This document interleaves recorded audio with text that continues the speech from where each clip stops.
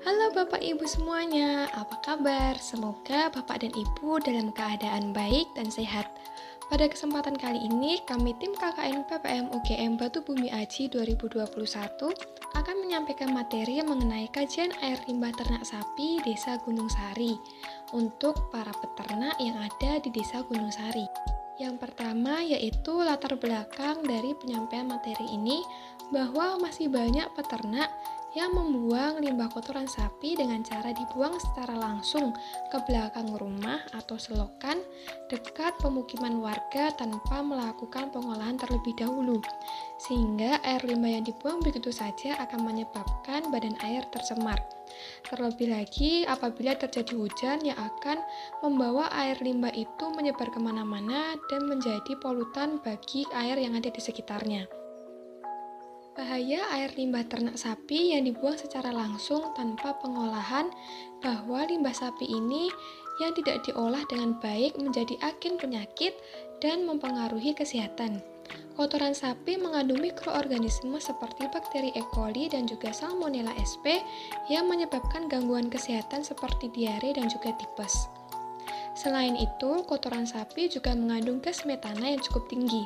Gas ini menjadi penyebab efek rumah kaca yang dapat mempengaruhi kerusakan ozon dan juga perubahan iklim serta dapat mempengaruhi kesehatan manusia seperti keracunan gas metana terutama pada peternak sapi perah. Baku mutu air limbah ternak sapi. Baku mutu air limbah sendiri merupakan suatu standar yang digunakan untuk mengukur kadar maksimum dari suatu parameter zat yang terkandung dalam air limbah sebelum dibuang ke badan air. Kali ini saya mengambil baku mutu berdasarkan Peraturan Menteri Negara Lingkungan Hidup Nomor 11 Tahun 2009 dan juga Peraturan Gubernur Jawa Timur Nomor 72 Tahun 2013 tentang baku mutu air limbah bagi usaha dan atau kegiatan peternakan sapi dan babi. Nah, kali ini saya memfokuskan untuk para peternak sapi.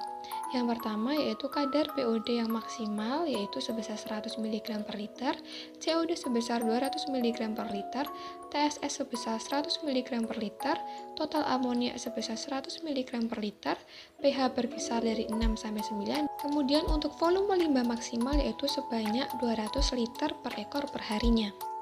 Parameter air limbah ternak sapi yaitu berupa pH, TSS, BOD, COD, dan juga amonia. Yang pertama yaitu pH. Tingkat keasaman atau pH ditetapkan berdasarkan tinggi rendahnya konsentrasi ion hidrogen dalam air yang dapat diukur dengan pH meter. Air buangan yang mempunyai pH terlalu tinggi atau terlalu rendah akan menjadikan mikroorganisme yang ada di air ini mati, sehingga dapat mematikan biota yang ada di dalam badan air. Yang kedua yaitu TSS. Padatan tersuspensi atau TSS, Total Suspended Solid, merupakan padatan total yang terlarut maupun tersuspensi dalam air limbah ternak yang menyebabkan air menjadi keruh. Apabila terjadi pengendapan dan pembusukan zat-zat tersebut di dalam badan perairan, maka akan mengurangi nilai guna air tersebut. Kemudian BOD. Biological Oxygen Demand atau BOD merupakan kebutuhan oksigen bagi sejumlah bakteri untuk menguraikan semua zat-zat organik yang terlarut maupun sebagian yang tersuspensi dalam air menjadi bahan organik yang lebih sederhana. Kemudian COD, Chemical Oxygen Demand, merupakan sejumlah oksigen yang dibutuhkan untuk mengoksidasi zat-zat anorganik maupun organik yang menunjukkan ukuran bagi pencemaran air oleh zat organik.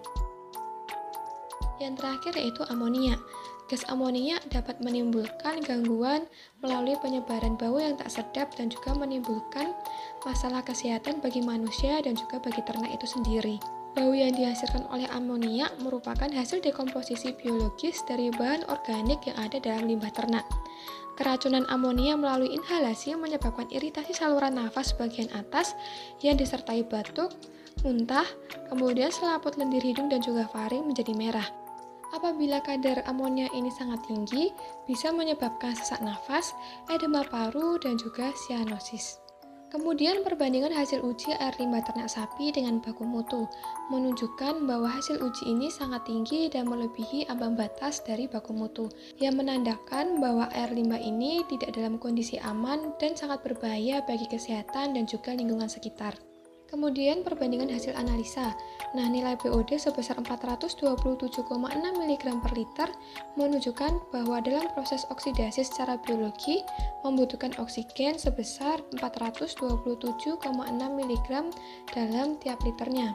Untuk nilai COD sebesar 1550 mg dalam tiap liternya menunjukkan bahwa proses oksidasi secara kimia dibutuhkan oksigen sebesar 1550 mg dalam tiap liter air. Nah, nilai COD dan juga BOD yang sangat tinggi ini dapat merusak kualitas air tanah karena mengurangi kadar oksigen yang ada dalam air. Untuk kadar TSS dalam air limbah sapi sebesar 738 mg per liter. Kadar TSS yang tinggi disebabkan banyaknya kikisan atau erosi tanah yang terbawa dalam air, serta ditambah lagi dengan endapan lumpur atau pasir halus dan jasad-jasad renik. Kadar amonia sebesar 230,2 mg per liter menunjukkan bahwa nilai yang sangat tinggi dan sangat berbahaya bagi kesehatan dan juga lingkungan sekitar. Hasil uji karakteristik air limbah sapi menunjukkan bahwa nilai yang dihasilkan tiap-tiap parameter yang diuji di laboratorium melebihi ambang batas yang telah ditetapkan atau diatur oleh Menteri Kesehatan maupun peraturan pemerintah. Kemudian cara mengolah air limbah tersebut yang pertama yaitu dengan mengubahnya menjadi pupuk kompos. Kompos adalah pupuk organik yang sebagian besar atau seluruhnya terdiri atas bahan organik yang berasal dari limbah atau sisa tanaman, kotoran hewan atau kotoran manusia seperti pupuk kandang, pupuk hijau, dan juga humus yang telah mengalami dekomposisi. Kompos dari limbah tanaman atau limbah ternak mengandung unsur hara baik mikro maupun makro yang sangat lengkap dan sangat bermanfaat bagi tanaman. Yang kedua yaitu biogas. Biogas merupakan gas yang timbul jika bahan-bahan organik seperti kotoran hewan, kotoran manusia, atau sampah direndam dalam air dan disimpan dalam tempat tertutup atau anaerob tanpa oksigen dari udara. Manfaat dari biogas ini yaitu pemanfaatan biogas untuk bahan bakar pembangkit listrik biogas, penyedia energi alternatif untuk bahan bakar kompor rumah tangga berupa biogas dari kotoran ternak, mengurangi volume timbunan kotoran ternak yang berpotensi mencemari udara, tanah, dan juga air, serta memanfaatkan kotoran ternak menjadi sesuatu yang lebih bernilai. Yang terakhir yaitu IPAL. IPAL atau instalasi pengolahan air limbah merujuk pada seperangkat struktur, teknik, dan peralatan yang dibuat untuk memproses serta mengelola limbah sehingga sampah tersebut dapat dibuang ke lingkungan tanpa memiliki dampak yang merugikan. Manfaat dari IPAL yang pertama yaitu mengelola limbah terutama yang mengandung zat kimia atau racun berbahaya agar ketika dibuang tidak mencemari lingkungan sekitar. Yang kedua, mengelola cairan limbah baik industri maupun domestik agar dapat digunakan kembali. Yang ketiga yaitu melindungi ekosistem dan makhluk hidup yang tinggal di sungai atau saluran pembuangan. Biota-biota yang ada di sungai ini tidak mati karena banyaknya bahan kimia yang ada pada limbah sudah tersaring pada IPAL ini. Kemudian terakhir, lingkungan dan juga sumur tidak tercemar lagi. Untuk IPAL atau instalasi pengolahan air limbah ini akan dibahas dan dijelaskan lebih detail dan lebih lanjut oleh teman kami dari Fakultas Teknik. Kesimpulan dari penyampaian materi ini adalah bahwa sangat penting dan sangat diperlukannya pengolahan air limbah ternak lebih lanjut agar tidak berbahaya bagi kesehatan kita dan tidak mencemari bagi lingkungan sekitar. Terima kasih sudah menonton video ini, semoga bermanfaat dan salam sehat untuk kita semua.